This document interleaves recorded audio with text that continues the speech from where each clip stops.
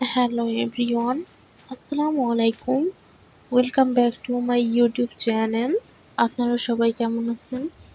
আল্লাহর দয়ায় অশেষ রহমতে আমরা আলহামদুলিল্লাহ খুব ভালো আছি। প্রতিদিনের মতো আরও একটি নতুন ব্লগ নিয়ে আপনাদের মাঝে চলে আসলাম। আজকের ব্লগটা আমি সকাল থেকে স্টার্ট করেছি। এখন সকাল ৬টা বাজে। আমি মাত্র ঘুম থেকে উঠলাম।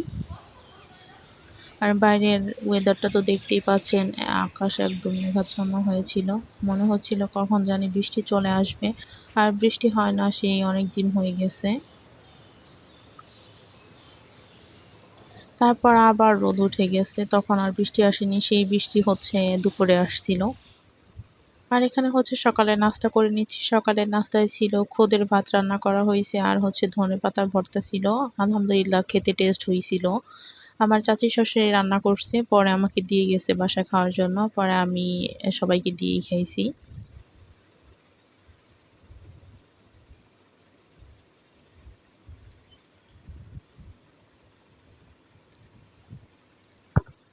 এরপর দুপুরে রান্নাবাড়ায় চলে যাব। দুপুরে রান্না করব হচ্ছে লাউ দিয়ে মাছ রান্না করব, আর হচ্ছে পটল ভাজি করব। এখানে মাছটা হলুদ লবণ দিয়ে মেখে রেখেছি, আর সব কাটাকুটি করা শেষ হয়ে গিয়েছিল। আগে হচ্ছে পটল ভাজিটা করে নিচ্ছি।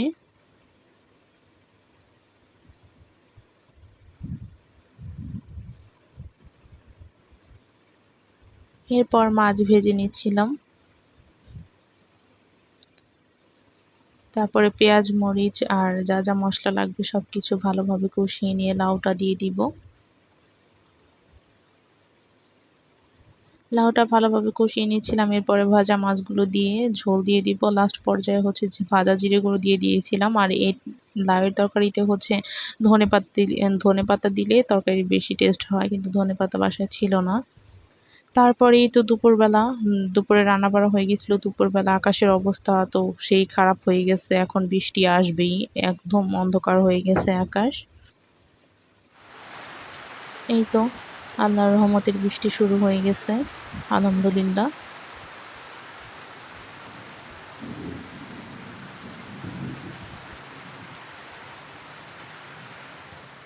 উঠোনের মাটিগুলো একদম শুকিয়ে গিয়েছিল, এখন বৃষ্টির পানি পেয়ে মনে হচ্ছে যে প্রাণ ফিরে পেল, কিন্তু বেশি সময় বৃষ্টি হয়নি। এখানে হচ্ছে রান্না করার জন্য বৃষ্টির পানি নেওয়া হচ্ছিল কলসে করে।